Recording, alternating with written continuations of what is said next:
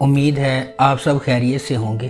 اگر آپ نے ابھی تک ہمارا چینل سبسکرائب نہیں کیا تو اسے ابھی سبسکرائب کر لیں اور بیل آئیکن کو دبانا بالکل بھی مت بھولیں۔ شکریہ۔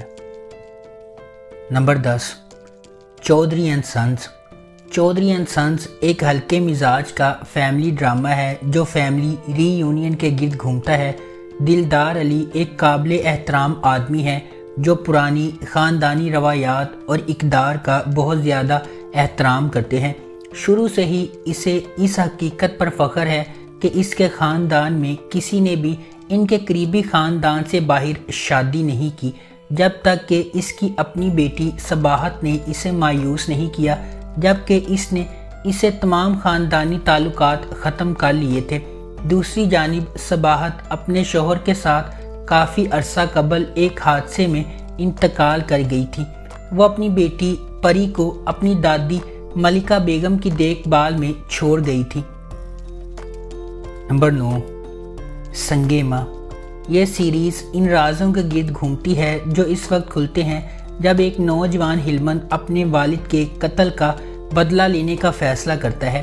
یہ غگ کی شکل میں خواتین پر ہونے والے ظلم پر توجہ مرکوز کرتا ہے۔ یہ محبت اور انتقام کی ایک ماورائی کہانی ہے۔ سنگے ماں ایک ایسے خاندان کی کہانی کی پیروی کرتا ہے جو پاکستان کے قبائلی علاقوں سے تعلق رکھتے ہیں۔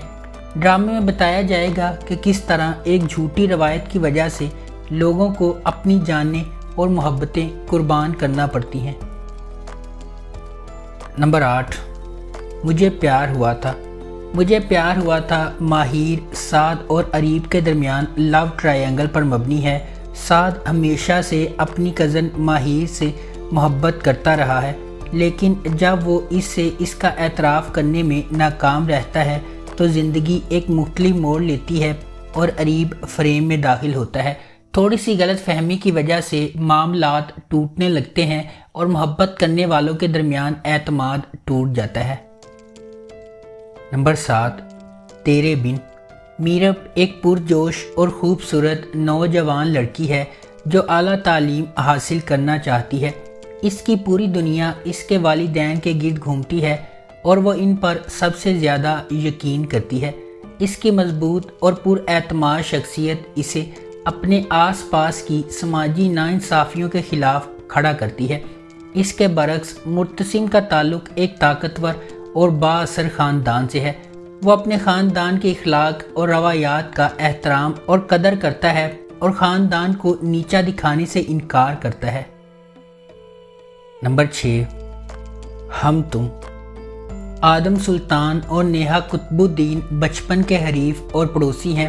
آدم کا بڑا بھائی سرمد ایک پیشہ ور باورچی ہے اور ایک ریسٹورنٹ کا مالک ہے، اور سرمد کو نیہا کی بڑی بہن ماہا سے محبت ہے۔ ماہا کو یوگا کرنے کا شوق ہے اور اپنے جسم کو شکل میں رکھنا اور اپنی خوراک کا خیال رکھنا۔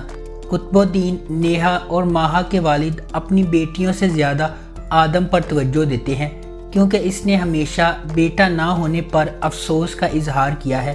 آدم، جس کے اپنے والد نے ساری زندگی مالی اور جذباتی دیکھ بھال کے والد کے فرائض کو نظر انداز کیا ہے، قطب کا بھی دل کی گہرائیوں سے احترام اور خیال رکھتا ہے۔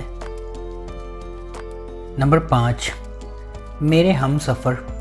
میرے ہم سفر ایک لڑکی حالہ کے گرد گھومتا ہے جسے اس کے والد اس کے گھر پر چھوڑ جاتے ہیں، جہاں اس کے ساتھ برا سلوک کیا جاتا ہے۔ بعد میں اس کا کزن بیرون ملک سے واپس آتا ہے اور اس سے شادی کرتا ہے اور اسے وہ عزت دیتا ہے جس کی اسے ہمیشہ ضرورت تھی۔ حالہ کو اس کی تائی جان نے ساری زندگی بدسلوکی کا نشانہ بنایا۔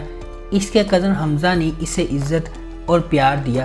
اس سیریز کو پاکستان، بھارت، بنگلہ دیش اور نیپال میں بہت زیادہ مقبولیت ملی۔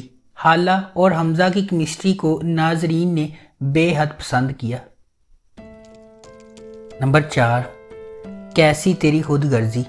کیسی تیری خود غرضی کی کہانی ایک بزنس ٹائکون کے بیٹے شمشیر کے گرد گھومتی ہے جو ایک متوسط طبقے کے پس منظر سے تعلق رکھنے والی مہک سے محبت کرتا ہے۔ ڈرامے کے دوران کچھ ناخوشگوار واقعات رونما ہوتے ہیں اور مہک شمشیر سے نفرت کرنے لگتی ہے۔